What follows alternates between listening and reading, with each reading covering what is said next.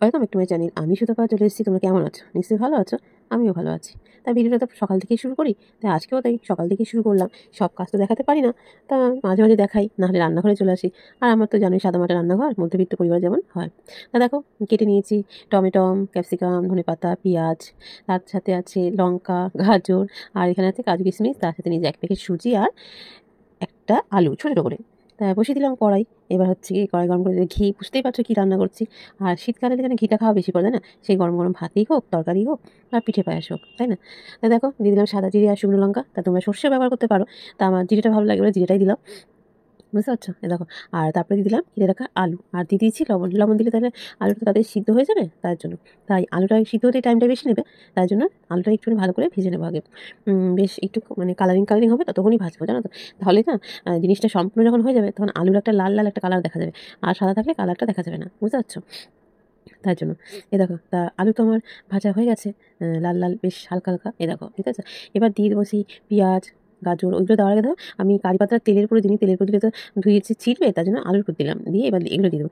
গাজর, ধনেপাতা, লঙ্কা, টমেটম, তারপরে তোমার পেঁয়াজ, সবগুলো এবার এতে দিলাম। এমনকি কাজু কিশমিশটাও দিয়ে দিয়েছি, সবগুলো দিয়ে দিয়েছি একসাথে। আলু তো হয়ে গেছে, এবার এটাও একটু ভালো করে ভেজে নেবো। যতক্ষণ না ভাজা তখন নাড়াচাড়া করবো। আর দিয়ে দিলাম সামান্য 1 চিমটি হলুদ, খুব একটা হলুদ দেওয়া তো দরকার নেই, সামান্য 1 চিমটি হলুদ দিয়েছি। এবার সবগুলো সবজির সাথে, মশলার সাথে সব একসাথে মিশিয়ে নেবো। ভেজে নেবো, তারপরে দিয়ে দিলাম সুজি। অন্য সময় তোমার সুজিটা ভেজেও রাখতে পারো, তা আমার মনে হলো আজকে এরকম শর্টকাটে তাড়াতাড়ি করবো, তার জন্য এরকম করে করছি, জানো তো? তা দেখো, এবার সব সবজির মধ্যে মানে সুজিটাও দিয়ে দিলাম। এখন দিয়ে দেখো কতটা কালারফুল কালারফুল লাগছে, তাই না? এবার দেখো ভালো করে নাড়াচাড়া করে ভাজবো। আর এতে খুব একটা জল দেবো না, খুব একটা জল দিতে জলটা টানবে না, আর ভাজার জন্য অনেকটাই সিদ্ধ হয়ে যাবে। তো প্রথম দিন যখন আমি রান্না করেছি, জানো, আমি অনেকটা জল দিয়েছিলাম, তারপরে দ্বিতীয় দিন জলই দিইনি, এরকম করেছি, জানো। আর এখন করতে করতে এটা হচ্ছে গিয়ে এখন বুঝে গেছি। আর তোমরা বুঝতে পারছো কী রান্না করছি, এটা হচ্ছে কি ঝাল সুজি। তা দেখো এইখানে বেশ হাফ কাপের একটু বেশি জল আছে, ফুল 1 কাপ জল দিইনি, কারণ সুজিটা যেহেতু এক প্যাকেট, তার জন্য। আর যদি বেশি সুজি থাকতো তাহলে জলটা বেশি দিতাম। এ দেখো, জলটা নাড়াচাড়া করতে সবগুলোকে মিশিয়ে দিলাম। আর তার আবার নাড়াচাড়া করতে করতে সুজিটা ঝুরঝুরে হয়ে যাবে। বেশি জল দিলে কিন্তু ঝুরঝুরে হয় না, জানো তো? তার জন্য বুঝে শুনে জল দিই। 1 প্যাকেট সুজিতে 1.25 কাপ জল ঠিক আছে। তারপরে দেখো উপর থেকে দিয়ে দিলাম একটু চিনি, কেননা একটু মানে ঝাল ঝাল একটা মানে অন্যরকম একটা হবে, তার জন্য চিনিটা খুবই অল্প দিয়েছি। এবার চিনিটা দিয়ে ভালো করে মিশিয়ে নেবো এদিক ওদিক করে। আর সবার লাস্টে দিয়ে দেবো তোমার তাতে করে এলাচ। আমি এটা দেখাচ্ছি তোমাদেরকে, যে জল দিয়েছিলাম বলে তখন তো কাদা কাদা হয়ে গেছিলো, আর এখন দেখো কতটা ঝুরঝুর হয়েছে, দেখতে পাচ্ছ? আর দেখো আমার এলাচ দেওয়ার টেকনিকটা তো এইরকমই, থেতো করে নিই, হাতে নস্যি বা খৈনির মতো একটু ডলে নিলাম, দিয়ে ওপর থেকে দিয়ে দিলাম, তারপর ভালো করে সব কিছুর সাথে মিশিয়ে নিলাম। কেন দেখতে পাচ্ছ ধোয়া উঠছে?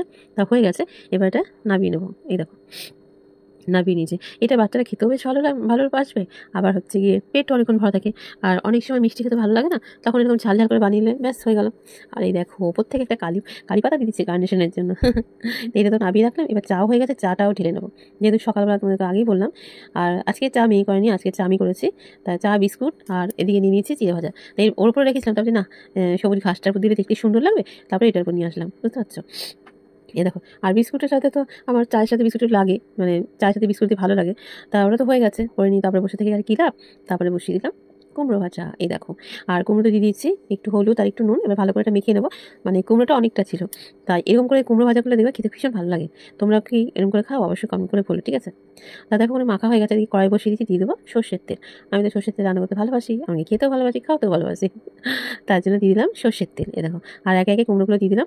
যেটা একটু মোটা হয়েছে সেটা তেলের মধ্যে দিলাম, আর যেটা একটু পাতলা আছে সেটা হচ্ছে গিয়ে সাইডে দিলাম। বুঝতে পারছো? আর কুমড়ো ভাজা করতে খুব একটা সময় লাগে না, একটু উল্টাতে পাল্টালে কুমড়োটা খুব সুন্দর ভাজা হয়ে যায়, তাই না? যেমন বেগুন, কুমড়ো সব কিছুই। তাই দেখো, তা কুমড়ো ভাজা তো এদিক এদিক এপাট করে ভেজে নিচ্ছি, যেমন কি তোমরা করো সেরকমই আমি করছি। চাক চাক করে ভাজলে ভালো লাগে, এমনকি কুচিয়ে ভাজলেও ভালো লাগে। তা দেখো হয়ে গেছে কালারফুল কালারফুল কুমড়ো ভাজা। আর ওই বাটিতে আমি চাক চাক করে আলু কেটে নিলাম, এটা হচ্ছে নুন হলুদ দিয়ে মাখিয়ে নেবো, তাহলে জিনিসটা ভালো হয় আর কি, যখন যেরকম মনে হয় আর কি। বুঝতে পারছো? দেখো এটা এবার মাখিয়ে নিচ্ছি নুন হলুদ দিয়ে, ওই কুমড়ো ভাজা তেলের মধ্যেই এটা দিয়ে দেবো। আর কি বলতো, যে কোনো কিছু রান্না করতে গেলে আমি এটা এইরকমই করি, প্রথমে ভাজাভাজিগুলো করে নিলাম, তারপরে ঝোল ঝাল যা থাকে করি। তাতে কী হয় বলতো, বাসনও কম হয়, আবার এক তেলের উপরে অনেক রকম কাজ করা হয়ে যায়। তারপরে লাস্টে যে তেলটা থাকলো তার মধ্যে আরেকটু কিছু দিলাম, দিয়ে আরেকটু কিছু রান্না করে ফেললাম, ব্যাস হয়ে গেল। আর একটা কড়াই দিতেও হয়ে যায়, তার জন্য। তাই দেখো আমার তো আলু ভাজাগুলো হয়ে গেছে, লাল লাল আলু ভাজা। এবার আলু ভাজাটাকে তুলে নেবো। এ দেখো, খুন্তির সাথে একপাশে ধরবো, তাহলে একটু তেলটা ঝরে যাবে, দিয়ে তুলে নেবো। আর কুমড়ো ভাজা রেখেছি, সেই থালার পাশে আলু ভাজা রাখবো, তাহলে কি হতো, একটার মধ্যে সব রাখা হয়ে যাবে, আর আমার হচ্ছে বাসনটা কম হবে তার জন্য। তারপরে ওই তেলের মধ্যে আবার দিয়ে দিলাম উচ্ছে আর আলু, জানো তো, ভাজাই হয়ে যাচ্ছে কপালে দেখো। তা হচ্ছে ভাতে দিলেও ভালো লাগে, কিন্তু ভাজার একটা স্বাদ আলাদা, আর ভাতের একটা স্বাদ আলাদা। এবার ভাতে তো সবাই খেতে পছন্দ করে না, তার জন্য সবার কথা ভেবে চিন্তা করে তার জন্য কী করলাম না, ভাজা করছি, উচ্ছে আলু ভাজা। দেখো এটাও বেশ হালকা হালকা লাল লাল করে ভেজে নেবো, ওরকম করেই ভালো লাগে, তাই জন্য আমি ওরকম করেই করি। আর আমি তো পুরো সিম্পল, পুরো নর্মাল যেরকম রান্নাবান্না হয় সেরকম করেই তোমাদের সামনে আসি। তোমাদের কেমন লাগে অবশ্যই কমেন্ট করে বলো। হ্যাঁ গো, আমি যেমন করি সেরকমইভাবেই আসি। আর সত্যি কথা বলতে দেখবে নর্মাল খাবারটাই খেতে যেন বেশি ভালো লাগে। যতই তুমি ঘি মাখন বাটা যতই দাও না কেন, সেটা দিয়ে ভাত খাবে, আর তুমি এইরকম মানে মধ্যবিত্ত পরিবারে যেমন থাকে এরকম ভাত খাবে, দেখবে কতটা টেস্টি হয় এটা খেতে। তা উচ্ছে আলুটা ভাজা করে তুলে নিয়েছি, আর দিয়ে দেখাচ্ছি তোমাদেরকে। দেখো 3 রকম ভাজা আমার হয়ে গেছে। এবার দিয়ে দেবো ডাল।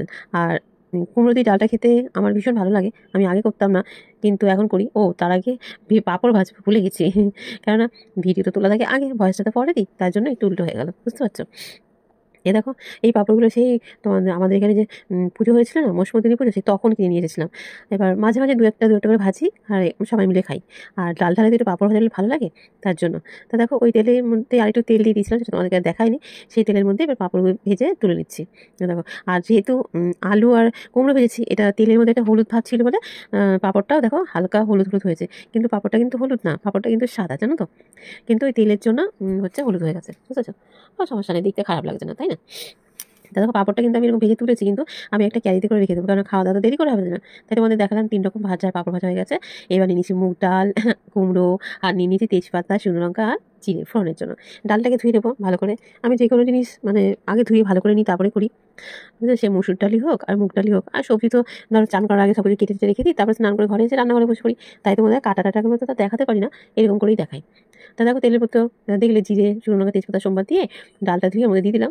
এবার আদাটাকে গ্রেট করে নেবো, বাটা করলেও হয়। তা এইটুকুনি আদার জন্য আবার কী করে, তার জন্য গ্রেট করে নিলাম। দেখো তা আদা, তার মধ্যে জিরে গুঁড়ো, তারপরে হচ্ছে কি নুন হলুদ সবগুলো দিয়ে ডালটাকে একটু ভালো করে ভেজে নেবো, বুঝতে পারছি। ডালটা তো একটু ভাজতে টাইম লাগে না, মুসুর ডালটা কম ভাজতে হয়, মুগ ডাল বিউলির ডাল এগুলো একটু বেশি ভাজতে হয়, তার জন্য একটুখানি ভেজে নেবো লাল লাল করে। তারপরে এরপর দিয়ে দেবো সেই কেটে রাখা কুমড়োগুলো, যেগুলো ডুমো ডুমো করে কেটে রেখেছি সেইগুলো। দেখো এবার এটা দিয়েও ভালো করে একটু সাঁতলাবো, যেহেতু একসময় ডাল করছি না, তার জন্য।